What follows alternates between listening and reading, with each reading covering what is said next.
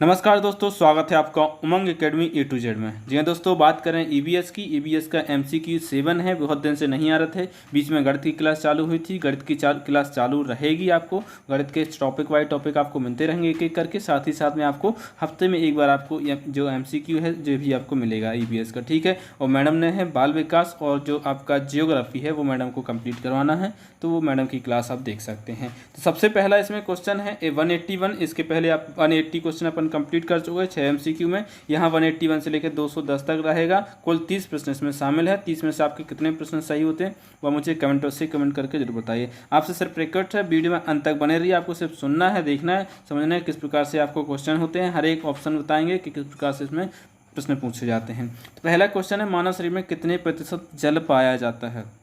60%, 70%, 80%, 90%। तो 70% इसका सही आंसर है।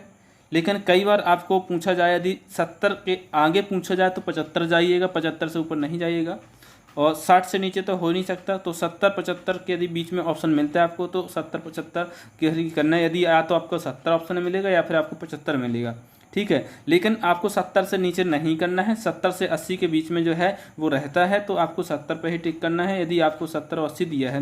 नहीं तो आपको यदि 70 नहीं दिया होगा तब जाकर के आपको 80 ऑप्शन करना है। बहुत सारी बुक देखी मैंने, सब में अलग अलग दिया हुआ। तो यहाँ पर आपको क्या है, 70 ऑप्शन दिया तो 70% है। लेकिन यदि 70 नहीं दिया होता तो 80% होता या फिर 75%। याद रखिएगा, बहुत सारी क्वेश्चन में कई प्रकार की जो बुक हैं, अलग अलग बुक मैंने देखी हुई हैं, तो उसमें कन्फ्यूजन हो जाता है। तो आप याद रखिए 70 के लगभग है इसमें, ठीक है। तो 70 से प्लस है, माइनस नहीं है, इतना याद रखना, ठीक है। नेक्स्ट क्वेश्चन है 182। जल के प्रमुख स्रोत कौन कौन से हैं? जल के स्रोत कौन कौन से? वायुमंडलीय जल होता है, पृष्ठीय जल होता है, महासागरीय जल होता है, उपरोक्त सभी। तो जल के जो स्रोत होते हैं सभी क्या हैं, जल के स्रोत हैं। अब आपको मैंने बताया जब थ्योरी सेक्शन करवा था, वायुमंडलीय जल का स्रोत कौन कौन से होते हैं, जैसे कि वाष्प होता है। पृष्ठीय जल आप जानते हैं कि जो तालाब वालाब में भरा होता है, वो पृष्ठीय जल होता है। और जो महासागरीय जल आप जानते हैं कि जो महासागर होते हैं, समुद्र होते हैं। तो जल के जो सभी के सभी क्या है, जो जल के स्रोत कहे जाते हैं और इनसे जल आपको मिलता है। नेक्स्ट क्वेश्चन की बात करूँ, 183 क्वेश्चन क्या है? 183 क्वेश्चन है, वायुमंडलीय जल पाया जाता है। वायुमंडलीय जल, अभी देखो जल के स्रोतों के बारे में देखा। वायुमंडलीय जल पाया जाता है किस रूप में पाया जाता है? कणीय रूप में पाया जाता है, जलवाष्प रूप में पाया जाता है, उपयुक्त दोनों में पाया जाता है, फिर इनमें से कोई नहीं। तो दोस्तों सोच समझ के इसका जवाब दीजिए। थोड़ा सा सोच लीजिए, समय लीजिए, अपने आप को 5 या 10 सेकंड दीजिए। इसके बाद इसका उत्तर कमेंट कीजिए, ठीक है। तो क्या होगा इसका सही उत्तर? आप एक बार तो कमेंट बॉक्स में कमेंट कर दीजिए। यदि आपने चैनल को अभी तक सब्सक्राइब नहीं किया है तो प्लीज़ सब्सक्राइब कर लीजिए और साथ ही साथ में उसका बेल आइकन प्रेस कर लें, ताकि जैसे वीडियो डलेगा उसका नोटिफिकेशन आपको मिल जाएगा। यहाँ पर इसका जो सही जवाब होगा वो होगा जल वाष्प। कणीय रूप में नहीं होता है, याद रखिएगा। वायुमंडलीय जल जो होता है वो जल वाष्प के रूप में पाया जाता है। जो 183 का जो आंसर होगा वो कौन सा होगा? ब होगा, ठीक है। याद रखिएगा कि जलवाष्प के रूप में जो वायुमंडल में जल पाया जाता है, ठीक है। नेक्स्ट क्वेश्चन है 184 क्वेश्चन है। क्या है क्वेश्चन?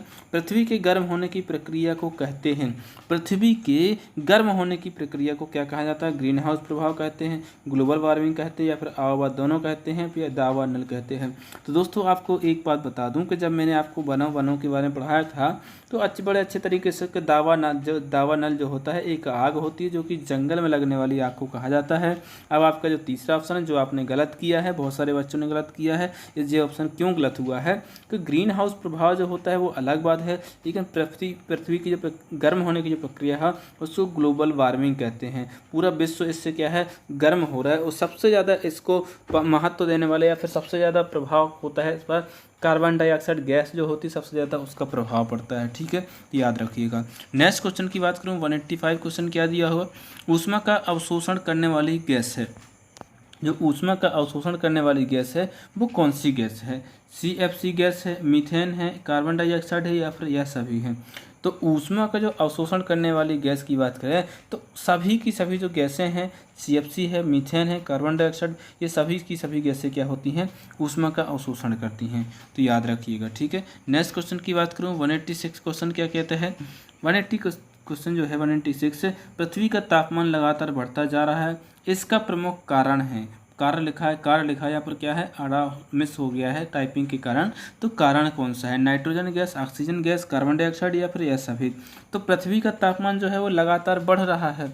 इसका मुख्य रूप से जो कारण है वो है कार्बन डाइऑक्साइड की मात्रा में वृद्धि, यही इसका सबसे मुख्य कारण है। ठीक है, याद रखिए। नेक्स्ट क्वेश्चन की बात करें 187 क्वेश्चन क्या है, पौधों द्वारा प्रकाश संश्लेषण की क्रिया में कौन सी गैस मुक्त होती है, या फिर कौन सी गैस पौधे छोड़ते हैं जब प्रकाश संश्लेषण की क्रिया करते हैं। Oxygen gas, carbon dioxide gas, nitrogen gas या फिर मीथेन गैस। तो जब पौधे प्रकाश संश्लेषण की क्रिया करते हैं, पहली बात तो आपको ये पता होना चाहिए कि जो हरे पौधे होते पेड़ पौधे होते हैं उनके पत्तों में पर्णहरित में पाया जाता है, इसको हरित लवक बोलते हैं। ठीक है, और उसी की उपस्थिति में जब सूर्य होता है और जल भी होता है तब उसकी प्रकाश संश्लेषण की जो क्रिया होती तब होती है। उसमें पौधे जो होते हैं वो ऑक्सीजन गैस मुक्त करते हैं। कौन सी गैस मुक्त करते हैं, वो ऑक्सीजन गैस निकालते हैं, जो कि आपको जीवनदायिनी गैस के रूप में उसको जाना जाता है। क्या के रूप में, जीवनदायिनी गैस के, जीवन रक्षक के उसमें मत कर देना, जीवन रक्षक ओजोन गैस को कहा जाता है। मैडम की क्लास देखी होगी आपने तो समझ में आया होगा, वायुमंडल उन्होंने बहुत अच्छे तरीके से समझाया है। मैडम से रिक्वेस्ट किया है कि हर एक टॉपिक वाइज आपको एक एक करके पूरा का पूरा 5वीं से लेकर के तीसरी से लेकर तीसरी तक का, 5वीं तक का तो मैं आपको एनसीईआरटी का बुक प्रोवाइड करवा चुका हूँ। अब जो 6वीं से लेकर के 8वीं 9वीं 10वीं तक का साइंस वो पूरा करवाएंगी, सोशल साइंस भी करवाएंगी। अब बात करूँ 188 क्वेश्चन क्या है, मीथेन का सबसे बड़ा कृषि स्रोत किस फसल से संबंधित है। यदि बात करूँ मीथेन गैस की तो किसी फसल से, ऐसी कौन सी फसल है जिसमें सबसे ज़्यादा मीथेन गैस उससे निकलती है। मक्का की खेती, गेहूं की खेती, सोयाबीन की खेती या फिर धान की खेती। तो धान की खेती जो होती है इसमें सबसे ज़्यादा मीथेन गैस निकलती है। कई बार आपने देखा होगा कि जो पुआल होता है, जो धान होता है, उसको काटने के बाद यदि स्थायी रख दिया जाए और थोड़ा बहुत पानी आनी गिर जाए तो उसका जो पुआल होता है उसको निकालने के बाद एक अजीब सी गंध निकलती है, वो क्या होती है, मीथेन गैस होती है। जो रूरल एरिया में रहते हैं बच्चे उनको अच्छे से समझ में आया होगा, जो कभी अपने खेत गए होंगे अपने फादर के साथ, मदर के साथ या फिर खेती किसानी से ताल्लुक़ रखते होंगे, उनको पता होगा। ठीक है, नेक्स्ट क्वेश्चन 189 है, किसके कारण ग्रीन हाउस की अधिकता नहीं होती। ऐसी कौन सी गैस है जिसके कारण ग्रीन हाउस की अधिकता नहीं होती है। याद रखिए, क्या नहीं होती, याद रखिए। सौर ऊर्जा, पवन ऊर्जा, बायो ऊर्जा या फिर उपरोक्त सभी। तो क्या है, उपरोक्त सभी इसका सही उत्तर होगा। जो ग्रीन हाउस की अधिकता जो होती है वो इन सभी से नहीं होती है, उसके लिए कार्बन डाइऑक्साइड, मीथेन गैस है, ये गैस मुख्य रूप से उसमें जो है सहायता करती हैं कार्बन ग्रीन हाउस को बढ़ाने के लिए। ठीक है, तो ये इसमें लाभ उपयोगी नहीं है, ये इसको कम करती हैं ग्रीन हाउस प्रभाव को। ठीक है, नेक्स्ट क्वेश्चन की बात करें 190 क्वेश्चन क्या है, फसलों के उत्पादन को बढ़ाने के लिए किसका प्रयोग किया जाता है। यदि फसलों का उत्पादन की बात करूं, फसलों का उत्पादन यदि बढ़ाया जाता है तो किस चीज़ का उपयोग किया जाता है, बताइए जरा। रासायनिक उर्वरक का या फिर अपमार्जक का, फिर रेडियोधर्मी पदार्थ का या फिर औद्योगिक बहिर्स्राव का। तो फसलों का उत्पादन बढ़ाने के लिए आजकल के समय में सबसे ज़्यादा होता है रासायनिक उर्वरकों का प्रयोग होता है। ठीक है, नेक्स्ट क्वेश्चन है 191, क्या क्वेश्चन दिया हुआ, रोगों के ऊपर पूछा गया क्वेश्चन कि रोग से संबंधित क्वेश्चन है। कौन सा मानव रोग प्रदूषित जल के सेवन के कारण होता है। ऐसा कौन सा रोग है जो कि मानव को होता है, वो प्रदूषण जल के सेवन से होता है। टाइफाइड, मधुमेह, स्कर्वी या फिर उपयोग सभी। तो जो रोग है, जो जल प्रदूषण, जो भी प्रदूषित जल होता है उसको यदि कोई व्यक्ति सेवन करता है तो उसके कारण तब वो होता है टाइफाइड। मधुमेह रोग की बात करूँ तो जो इंसुलिन की कमी के कारण होता है। स्कर्वी रोग विटामिन सी की कमी के कारण होता है। तो इसकी पहला ऑप्शन इसका सही हो जाएगा। नेक्स्ट क्वेश्चन की बात करूँ 192 क्वेश्चन क्या है, वर्षा जल को भूमि के अंदर संरक्षित करने की तकनीक कहलाती है। बहुत अच्छा क्वेश्चन है, आपको आना चाहिए इसका जवाब। क्या कहलाती है, बाष्पोत्सर्जन, रेन वाटर हार्वेस्टिंग या फिर प्रकाश संश्लेषण, इनमें से कोई नहीं। तो जो वर्षा का जल होता है उसको भूमि के अंदर संरक्षित करने की जो तकनीक कहलाती है वो होती है, क्या कहलाती है, रेन वाटर हार्वेस्टिंग। इसमें होता क्या है, एक गड्ढा होता है, इस प्रकार से गड्ढा बनाया जाता है, उसमें यहाँ ईंट और सीमेंट के जरिए इसको इस प्रकार से ऐसे वो कवर कर दिया जाता है, ऊपर से भी उसको क्या है सीप ढक दिया जाता है, यहाँ से एक पाइप लगा करके यहाँ पर डाल दिया जाता है। इस गड्ढे को इतना कुछ भर दिया जाता है, कंक्रीट होती है, ईंट होती है, रेत होती है, ताकि पानी या नीचे साइड से सीमेंट नहीं किया जाता, यहाँ पर खुला छोड़ दिया जाता है ताकि पानी यहाँ से नीचे ज़मीन सूखती जाए। तो इस प्रकार से पानी आता है, जो होता है रेन वाटर हार्वेस्टिंग। आज के समय में यदि जल को सुरक्षित रखना है तो हर एक परिवार का जो भी मकान बनते हैं इसके लिए आवश्यक बोला जाता है कि आप रेन वाटर हार्वेस्टिंग बनवाइए, ताकि जो भी आपके घर का पानी निकलेगा वो सब उस गड्ढे में समाता जाएगा और बहेगा नहीं।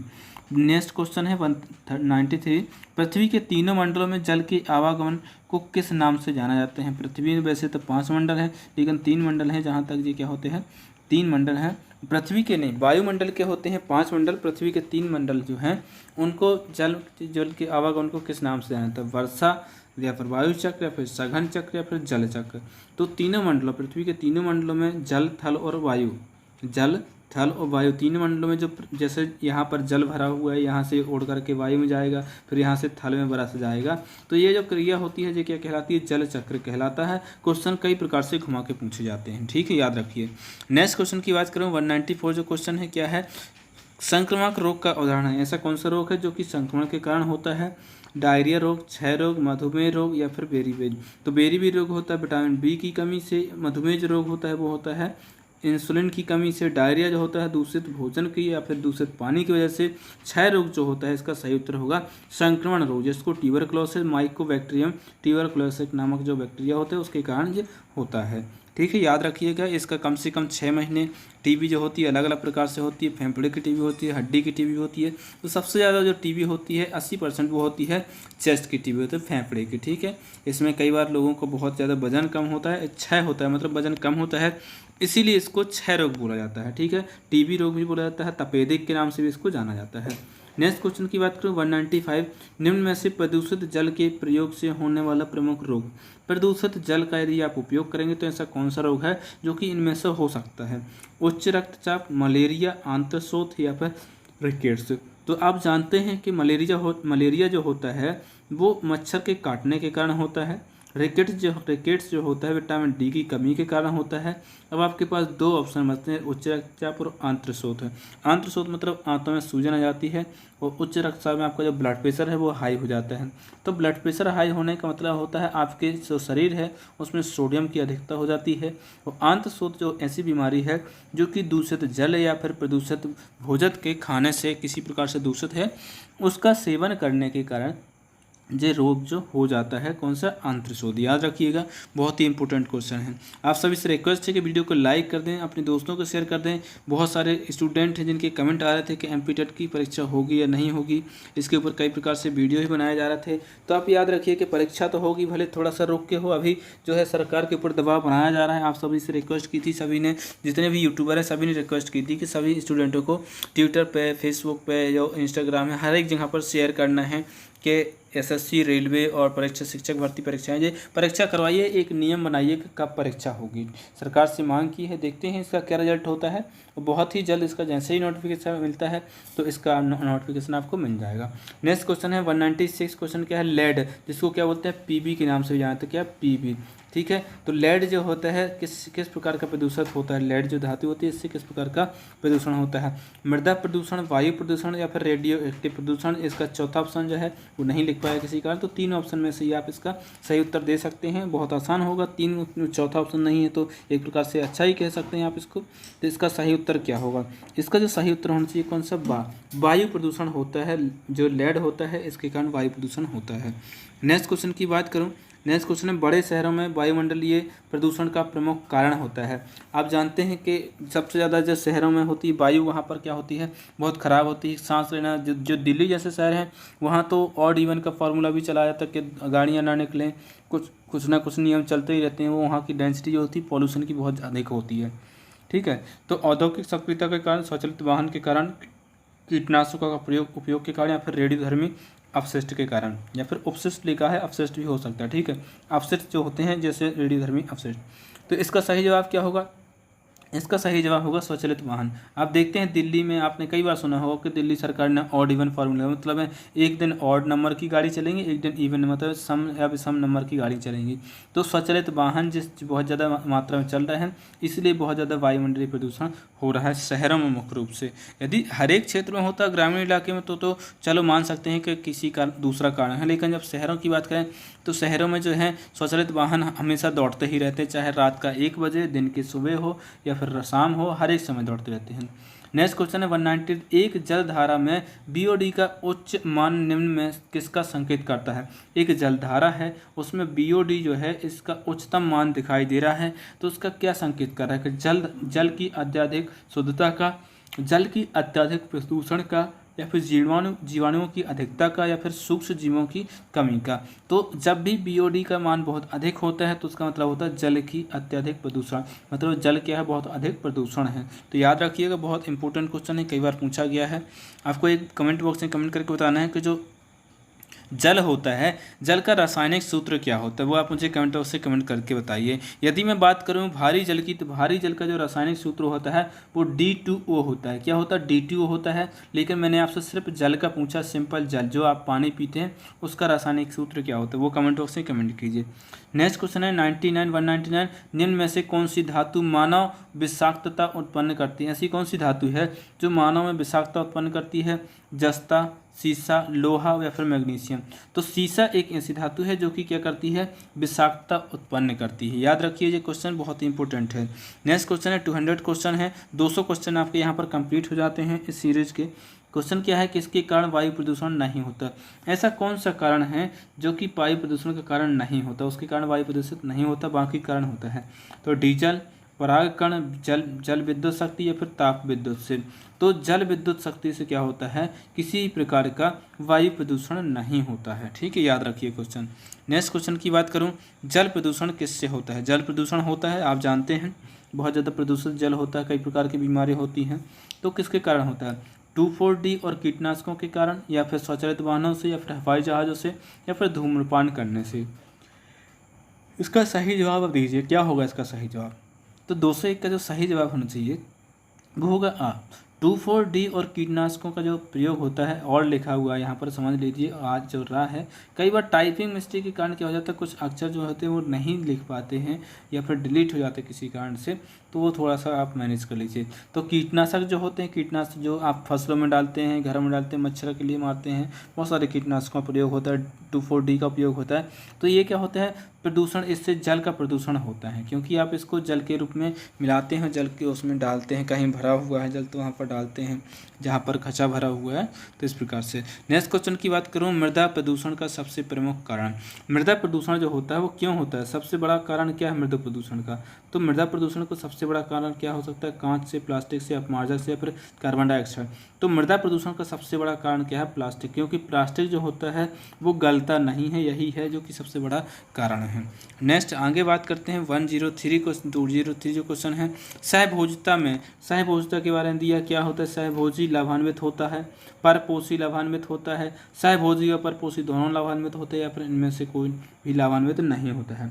तो सहभोजिता में सहभोजी ही लाभान्वित होगा, कौन होगा, सहभोजी ही लाभान्वित होता है। अगला जो क्वेश्चन है 204 क्वेश्चन है, कार्बन किस में पाया जाता है। कार्बन किस में पाया जाता है, वायु में पाया जाता है, जैवीय कारक में पाया जाता है, पत्थर में पाया जाता है, या फिर उपरोक्त सभी में पाया जाता है। तो जो कार्बन होता है वो सभी में पाया जाता है, चाहे वायु हो, जैविक कारक हो, पत्थर हो, सभी में कार्बन पाया जाता है। याद रखिए क्वेश्चन। नेक्स्ट क्वेश्चन है, जलीय पौधे कार्बन डाइऑक्साइड का अवशोषण कहाँ से करते हैं। याद रखना, कार्बन डाइऑक्साइड का अवशोषण कहाँ से करते हैं, सीधे पौधे से, जल से, कैल्शियम कार्बोनेट से, या फिर इनमें से सभी से। तो जो जलीय पौधे होते हैं उनको कार्बन डाइऑक्साइड की भी तो आवश्यकता होती है, ऑक्सीजन की आवश्यकता होती है, ऑक्सीजन निकालते भी हैं, लेकिन कार्बन डाइऑक्साइड भी तो होती है। तो वो कहाँ से अवशोषित करते हैं, वो सीधे जल से ही अवशोषित कर लेते हैं, क्योंकि जल में ऑक्सीजन भी घुली होती है और कार्बन डाइऑक्साइड भी घुली हुई होती है, तो सीधे जल से अवशोषित कर लेते हैं कार्बन डाइऑक्साइड। ठीक है, नेक्स्ट क्वेश्चन है 106 क्वेश्चन, वो 206 क्वेश्चन है। क्या क्वेश्चन है, कौन सा ठोस अपशिष्ट का उदाहरण।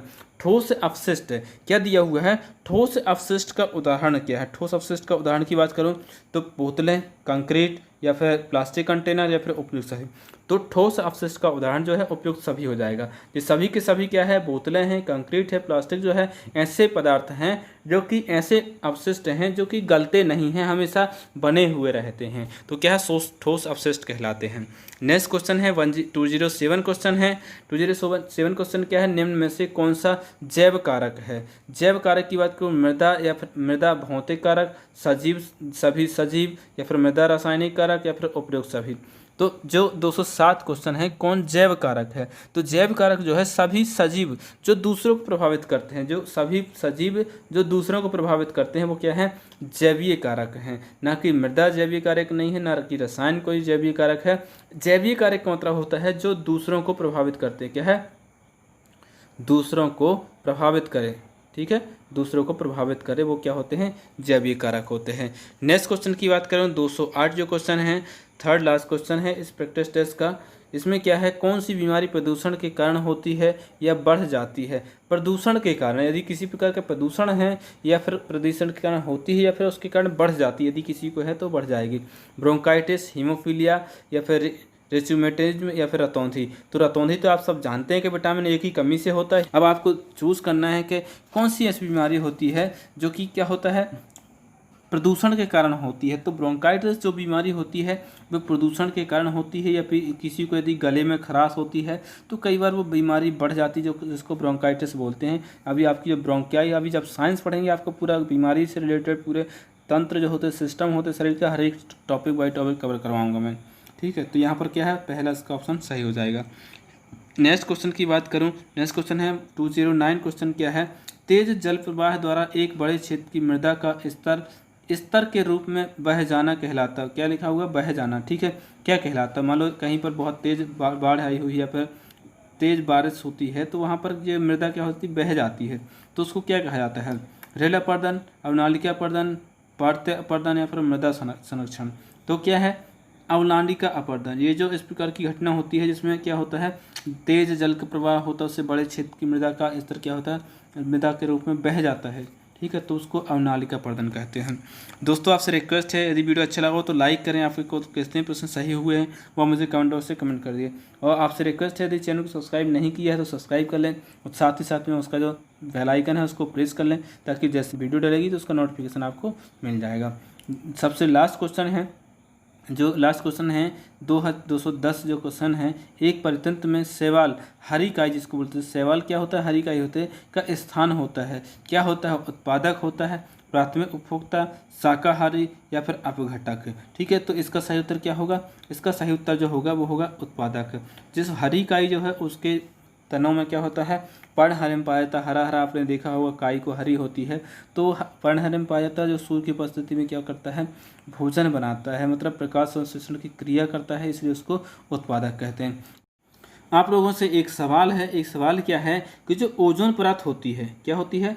ओजोन परत होती है, वो ओजोन परत को किस दिवस के रूप में मनाया जाता है? वो किस दिन ओजोन दिवस मनाया जाता है? वो किस डेट को मनाया जाता है? इसका कमेंट बॉक्स में मुझे कमेंट बॉक्स में इंतजार रहेगा आपके कमेंट का। और आई होप आपको वीडियो अच्छा लगा हो। वीडियो अच्छा लगा तो शेयर जरूर कर दें अपने दोस्तों को। मिलते हैं एक नई वीडियो में, तब तक के लिए नमस्कार।